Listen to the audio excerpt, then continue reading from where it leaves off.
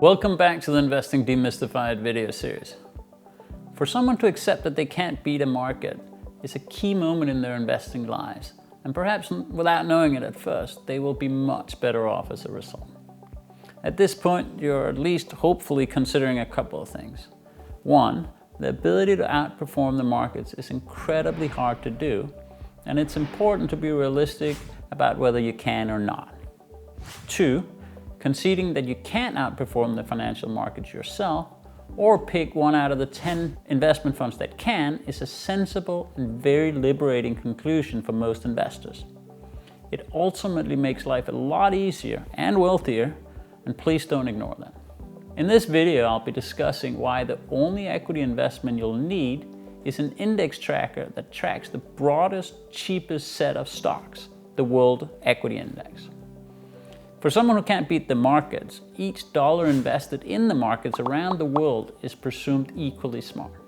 We don't think we can outperform by moving money around and owning shares in different proportions to that the market forces have already decided. So if we assume for a second that the market refers only to the US stock market and that Apple shares represent 3% of the overall value, then 3% of our equity holdings should be Apple shares. If we do anything other than this, we're somehow saying that we are more clever, more informed. We're saying that we can outperform the market. But why stop at the US market? If there's $9 trillion invested in the US stock market and $1 trillion in the UK market, there's no reason to think that the UK market is any less informed or efficient than the US one. And we should have 1/10 of our money in the UK and 9/10 in the US markets if we could only pick those two. But of course, we can go beyond the US and UK and allocate to all other markets and geographies in the world that we can, and in proportions of their share of the world equity markets.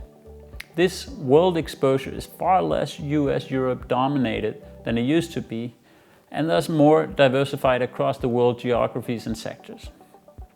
So on your screen is what the multi-trillion-dollar financial markets are telling you is the right prices and split in values between countries. You really think you know better? If you underweight one country, you would effectively be saying that a dollar invested in that country is less clever, informed, etc., than a dollar invested in the country that you allocate relatively more to.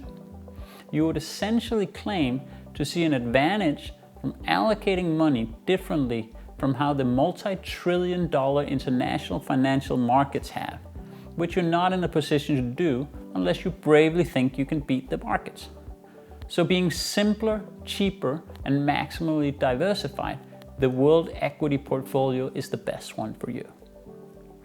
The typical home investor bias, so being over-invested in the UK where I live, in my case, not only meant that our investment portfolio were unhelpfully geographically concentrated, but also that it moved in tandem with our other assets. So your locally concentrated investment portfolio would go down in value at the same time as you would lose your job, your house value would decline, your pension would be worth less, your insurance and potential future inheritance would be less valuable, and so on. All because it would be based in the UK in my case. A world equity portfolio gets away from this geographic concentration, and so on top of being better in its own right, therefore it's also better because it de-risks your non-investment portfolio assets. So to emphasize, not only is the world equity investment more diversified, so think less risk, and have less fees, so think higher returns, but since we're simply buying the markets as broadly as we can, it's a very simple portfolio to construct and thus very easy.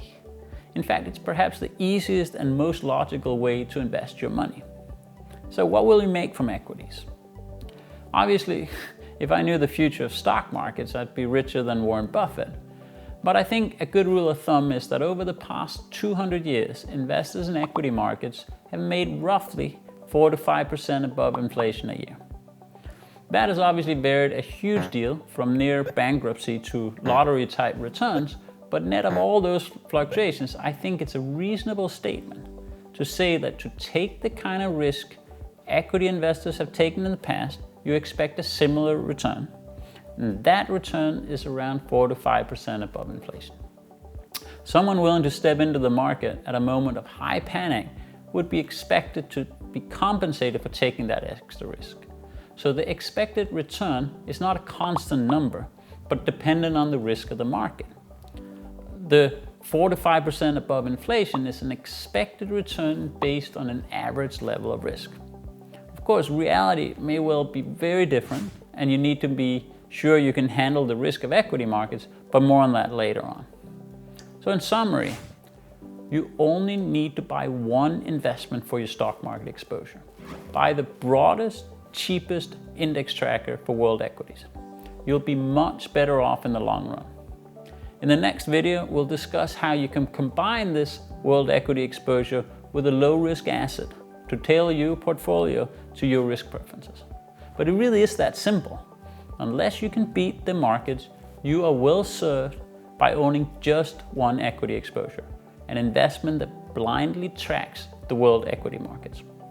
If you found yourself lazily nodding along to this video, don't forget how important it is. I'm telling you that you should likely only ever own one type of equity again in the future. That is huge, and your life would most likely be much better off for it.